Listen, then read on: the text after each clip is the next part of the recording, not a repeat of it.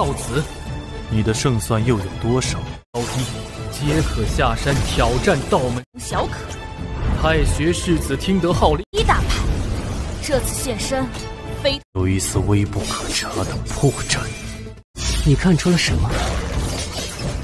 Halo guys, jumpa lagi sama gua Lucky Scan. Sebelum mulai videonya, buat kalian yang baru bergabung jangan lupa subscribe channel ini dan nyalakan lonceng notifikasi agar tidak ketinggalan update video terbaru dari channel ini. Dan jangan lupa juga like video ini, hitung-hitung uang parkir ya guys. Oke, tanpa berlama-lama lagi kita lanjut saja langsung ke videonya. Kinmu kembali ke kamarnya, lalu bergabung dengan para cendekiawan baru di aula cahaya tersembunyi untuk belajar. Beberapa anggota kerajaan juga hadir. Ia melihat seorang wanita muda yang dikenalnya Ling Yuxiu yang mengedipkan mata padanya, namun langsung bersikap dingin saat dilihat orang lain. Seorang pangeran di sebelahnya memperhatikan tingkahnya dan bertanya pelan, "Kakak ketujuh, apa yang kau lakukan?" Di aula seorang pria berbusana hitam dengan pedang di depannya memberi ceramah. Ia adalah direktur aula cahaya tersembunyi. Tatapannya tajam saat memandang Kinmu, matanya berkedut. Ia berkata, "Aula ini adalah tempat belajar pedang. Cahaya tersembunyi adalah pedang yang tidak terlihat tidak terasa menembus tanpa disadari. Jika mencapai alam ini, seseorang akan menjadi dewa pedang." Setelah belajar di aula pedang, Kinmu meninggalkan tempat tersebut. Saat kembali ke kediaman cendekiawan, Kinmu melihat banyak sarjana turun gunung. Tiba-tiba Wei Yong memanggilnya dari kerumunan. Kulinger bertanya apa yang terjadi, dan Wei Tong menjelaskan bahwa seorang Taois dari Sekte Dao bernama Dan Yangzi datang bersama muridnya Daozi, lalu duduk di dasar gunung. Mereka menghalangi gerbang masuk. Kinmu terkejut dan memastikan, mereka memblokir gerbang. Wei Yong mengangguk, mereka mengklaim tak ingin membuat masalah, hanya ingin bertukar ilmu karena sudah lama mendengar reputasi sekolah Yangkang sebagai tempat pendidikan tertinggi. Mereka datang untuk menguji kemampuan Sekte Dao melawan para sarjana kekaisaran Yangkang. Kinmu terdiam dan berkata pelan, "Strategi yang hebat, mereka menyerang jantung." Ia menjelaskan bahwa meski banyak pemberontakan di luar ibu kota, rakyat masih mendukung kekaisaran. Pengajar kekaisaran membangun sistem pendidikan nasional demi menyatukan talenta sebagai sarjana putra surga. Jika tak ada yang mampu mengalahkan mereka, reformasi itu akan terlihat sia-sia. Wei Yong terpaku dan berbisik, "Ini bukan hanya menyerang hati, ini menghancurkannya." Wei Yong merinding. Reformasi kekaisaran perdamaian abadi menasionalisasi semua ajaran dan seni pamungkas sekte, mendirikan sistem pendidikan nasional untuk mengungguli dunia seni bela diri. Tapi jika murid mereka kalah dari utusan Sekte Dao, untuk apa semua reformasi itu? Daozi pasti sangat berbakat, jika tidak Sekte Dao takkan mengutusnya untuk mempermalukan kekaisaran. Kekalahan di sini akan mencoreng nama sekolah Yangkang dan bahkan kaisar sendiri. Wei Yong gemetar lalu tertawa. Mereka mengumpulkan semua talenta dunia, tidak mungkin akan kalah dari murid Sekte Dao tersebut. Kinmu menggeleng, menurutnya banyak sarjana hanya mengembangkan teknik serupa dan kurang spesialisasi. Tanpa pengajar khusus, mereka tak bisa mendalami teknik yang kompleks. Sekte Dao jelas datang dengan persiapan matang. Jika sarjana kekaisaran tak bisa mengalahkan Daozi, maka sekte-sekte lain punya alasan untuk melawan pengajar kekaisaran, dan bila itu terjadi, kaisar bisa kehilangan dukungan rakyat, bahkan mungkin terpaksa menghukum para guru kekaisaran. Pertarungan antara Daozi dari Sekte Dao dan para sarjana Imperial Chollege bukan sekadar duel, tapi pertarungan yang menentukan arah dunia. Tak bisa dianggap remeh. "Ayo kita lihat kemampuan Daozi itu," seru Wei Yong penuh semangat. Kinmu dan Wei Yong turun gunung, mendapati banyak sarjana berkumpul di gerbang di bawah tebing batu giok. Meski kediaman cendekia hanya menerima sedikit murid, ada banyak praktisi dari Royalty Spark dan lainnya. Dari atas tebing, Kinmu melihat dua Taois duduk di gerbang. Yang satu adalah penatua berwajah kuno, berjubah abu-abu dengan aura yang agung dan tak terikat dunia. Yang lainnya adalah pemuda tampan dengan pakaian hijau. Keduanya tampak tenang, tak tergoyahkan oleh kerumunan. Kinmu mengagumi ketenangan dan wibawa mereka. Jelas bukan orang biasa, duduk di jalan masuk. Mereka memang tidak menghalangi secara fisik, tapi secara simbolis ini adalah penghinaan. Memblokir gerbang adalah cara dunia persilatan mempermalukan lawan yang dibenci, menantang harga diri mereka di hadapan dunia. Biasanya hanya bisa diselesaikan lewat pertempuran sampai mati. Kini dua tokoh dari Sekte Dao secara terang-terangan menamparkan wajah kekaisaran Yangkang, mencoreng nama Imperial Preceptor, dan mengancam kehancuran reformasi besar-besaran yang sedang berlangsung. Tak jauh dari Kinmu, seorang pangeran berjubah berkata pelan bahwa Sekte Dao dulunya setara dengan Sekte Iblis Surgawi, tapi telah meredup dalam beberapa tahun terakhir. Kini mereka muncul kembali dan menantang Imperial Chollege. Jika mereka menang, pemberontakan bisa terjadi dengan dampak besar.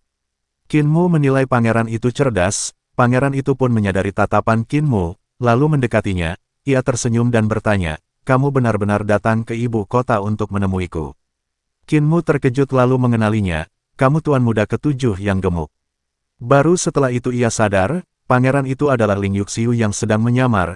Mendengar ucapan itu, Ling Yuxiu marah dan hampir menghantamnya dengan palu besi raksasa. Qinmu buru-buru memperbaiki ucapannya dan memperkenalkan Ling Yuxiu pada Wei Yong. Tak enak membuat keributan di depan umum, Ling Yuxiu menahan diri. Wei Yong tertegun, bergumam bahwa putri ketujuh dikenal cerdas dan ambisius tapi juga berbahaya. Ia heran bagaimana Qinmu bisa dekat dengannya.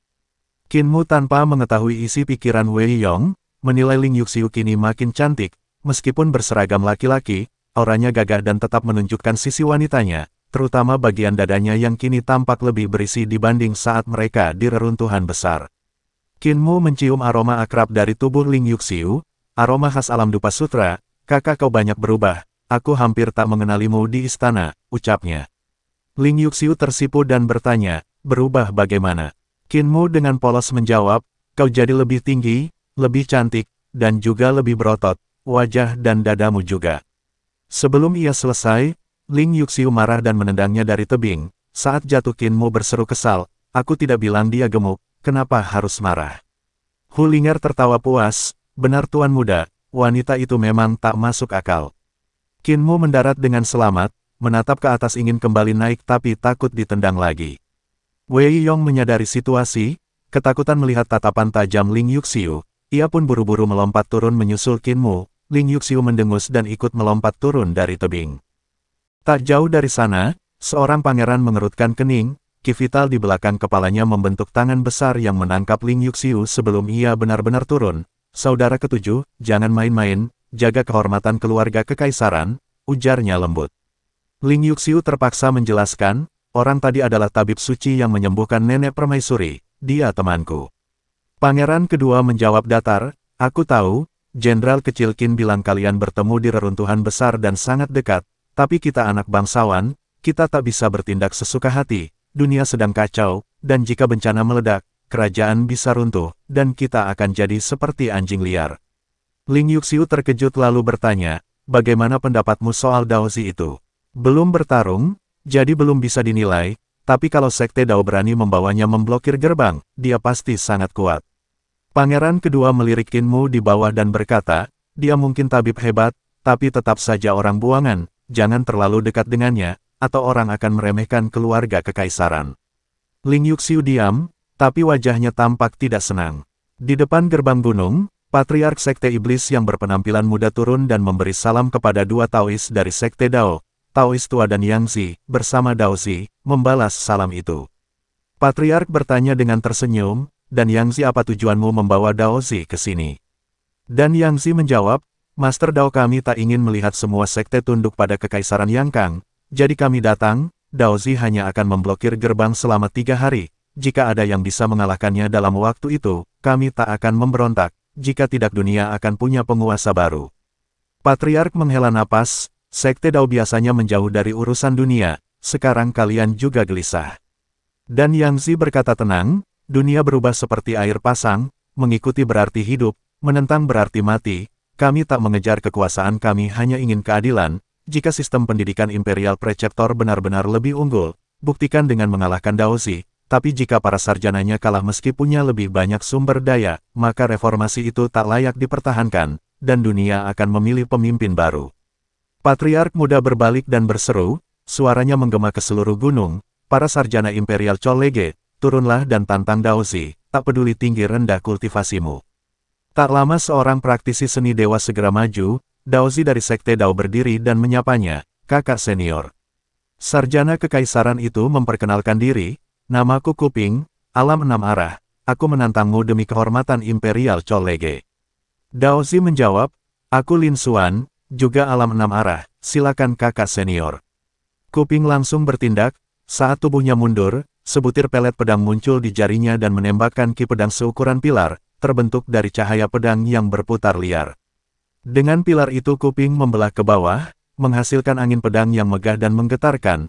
Qin Mu kagum melihatnya. Apakah teknik pedang Kekaisaran Perdamaian Abadi sudah sehebat ini? Ini pasti teknik tingkat tinggi dari Imperial Chollege. Dari pengamatannya, gerakan kuping tampak sederhana, namun kontrol ki vitalnya sangat luar biasa menunjukkan tingkat penguasaan yang tinggi. Meski terlihat sederhana, pilar pedang kuping terbentuk dari cahaya pedang tak terhitung yang semuanya dikendalikan dengan ki vital, membuat Qin Mu merasa kemampuannya jauh tertinggal. Teknik ini jelas melampaui gerakan dasar seperti tusuk, tebas, atau sayat, dan telah berkembang menjadi bentuk seni pedang yang jauh lebih tinggi. Keterampilan pedang 6 arah, seru Wei Yong kagum, itu adalah seni pedang ciptaan pengajar kekaisaran, seni dewa yang hanya bisa digunakan praktisi tingkat tinggi. Qin Mu terkejut, tidak heran teknik ini terasa berbeda dari dasar, ternyata itu adalah keterampilan pedang ciptaan langsung oleh Eternal Peace Imperial Preceptor. Menciptakan teknik pedang yang melampaui dasar-dasarnya bukanlah hal sepele, itu hampir mustahil. Qin Mu paham betapa sulitnya itu. Semua teknik pedang, seberapapun rumit atau mengagumkannya, pada dasarnya merupakan gabungan dari bentuk dasar, total 14 bentuk pedang dasar. Namun Eternal Peace Imperial Preceptor berhasil menciptakan bentuk dasar baru di luar ke-14 bentuk. Ini pencapaian luar biasa yang mengharuskan seluruh sistem seni pedang ditulis ulang agar tetap relevan. Dia pantas disebut dewa, gumam Qin Mu dengan kagum. Keterampilan pedang 6 arah hebat yang digunakan kuping sangat dahsyat, dibandingkan dengan praktisi alam 6 arah yang pernah dilihat Qin Mu di reruntuhan besar. Kuping jauh lebih kuat, ini membuktikan bahwa lompatan dari alam 5 elemen ke alam 6 arah sangat luar biasa. Namun di tengah kekaguman Qin Mu, Daozi Lin Xuan mulai bergerak, kocokan ekor kuda di lengannya tiba-tiba mengembang, dan bulu-bulunya menikam langsung ke pedang 6 arah besar milik kuping. Berbeda dari kuping yang menggunakan teknik pedang ciptaan baru, semua gerakan Lin Xuan murni berdasarkan bentuk dasar, tekniknya sederhana namun sempurna. Meski keterampilan pedang Daozi Lin Xuan tak semegah pedang 6 arah besar milik kuping, Qin Mu segera menyadari perbedaannya. Kuping akan kalah dalam satu gerakan, pikirnya. Berkat latihannya dengan kepala desa, meski hanya menguasai satu teknik pedang menapaki pegunungan dan sungai serta dasar-dasar pedang lainnya, penglihatan Qin Mu telah melampaui banyak ahli pedang. Serangan Lin Xuan tampak sederhana, seperti tusukan biasa, namun setiap helai rambut pada kocokan ekor kudanya berubah gerakan lebih dari 10 kali dalam sekejap, lebih dari 1000 perubahan dalam 1 detik, gerakan sedinamis itu tak mungkin diblokir. Sebaliknya serangan kuping, meski kuat dan terdiri dari banyak cahaya pedang, hanya berputar dalam pola tetap, mudah dibaca dan hancur di hadapan teknik Lin Xuan. Qin Mu juga menyadari, dasar teknik pedang Lin Xuan sangat kuat, bahkan hampir menyainginya. Di antara semua praktisi yang pernah ia temui, Lin Xuan adalah yang terkuat dalam teknik pedang dasar meski tetap belum melampaui dirinya. Bahkan Master Hall pedang yang ditunjuk Qin Mu masih kalah dari Daozi Lin Xuan.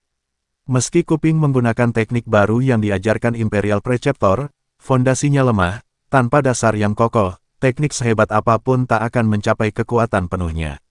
Suara benturan terdengar saat bulu-bulu ekor kuda bertabrakan dengan pilar pedang kuping, menghancurkannya di udara. Dalam sekejap pilar itu lenyap, kuping tertusuk di dada, tubuhnya terpental hingga menghantam gerbang gunung. Sementara itu, Daozi Lin Xuan tetap tenang, ia duduk kembali, menggoyangkan ekor kudanya yang kini bulunya memendek, lalu bersandar diam, penuh ketenangan dan wibawa.